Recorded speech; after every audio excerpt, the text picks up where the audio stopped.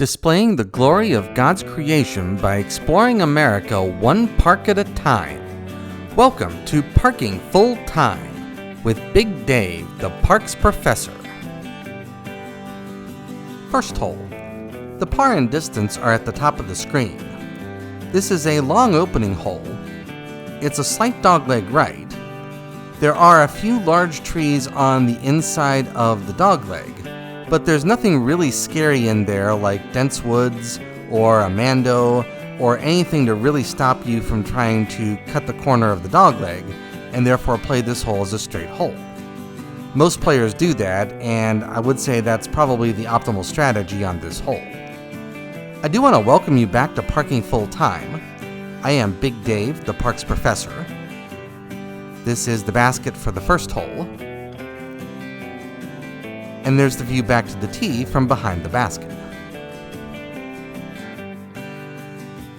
The second hole is another fairly flat and fairly open hole. There is the baseball field off to the right, so you don't want to throw there. There's also a slight rise right in front of the basket. There are also two trees, one on either side in front of the basket, but the gap between those two trees is fairly wide, and therefore a good throw should set up a birdie opportunity on this hole.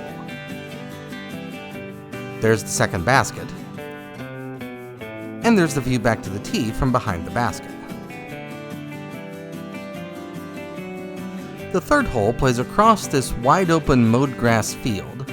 It's completely open, completely flat, completely boring, and quite frankly the worst hole on this course. We are at Sammy Haggard Park.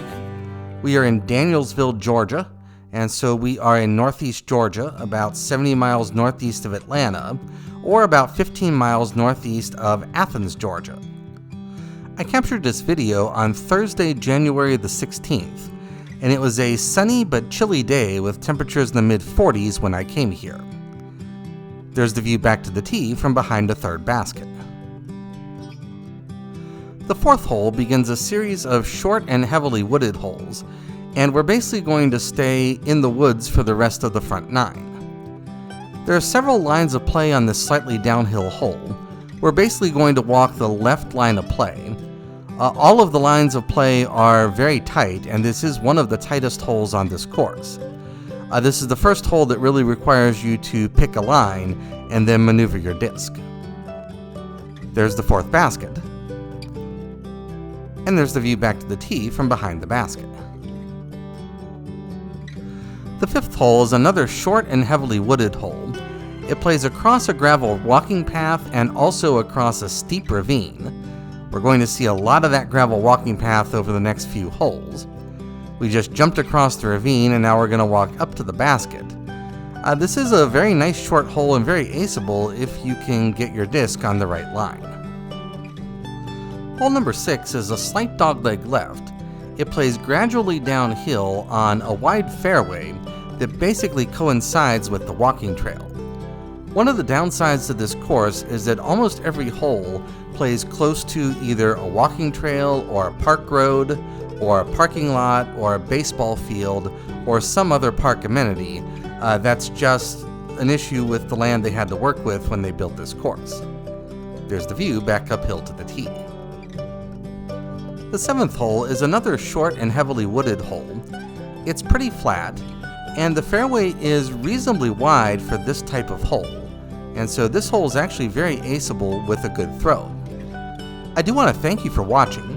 Parking Full Time would not be anything without the people who watch. I realize that every day, and therefore I heartily thank you every day. The next 4 holes are my favorite part of this course. The 8th hole plays across a shallow ravine. It also plays across the gravel walking trail not once, but twice. The gaps between the trees on this hole are tight, but they're not super tight, and a well-crafted throw will definitely get through those gaps. We're going to jump over a steep area and then walk up to the basket. The uphill in front of this basket is very steep, and so you have to make sure that you throw it far enough to get to the basket. Otherwise, your putt might roll all the way back to your feet. The 9th hole is, of course, the final hole on the front nine. It's somewhat downhill, and it's a sweeping dogleg right, so much so that you cannot see the basket from the tee, and therefore this is kind of an exciting throw. Overall, this is definitely a recreational course that is designed for casual play rather than high-level competitive play. But it's a good recreational course, and I know players in this area are very happy that they have a course this good nearby. You see a small stream left to the basket, and that has to be negotiated as well. There's the view back uphill to the tee. That is the end of the front 9. I will see you on the back 9. Until then, have a great afternoon, take care, and Lord bless.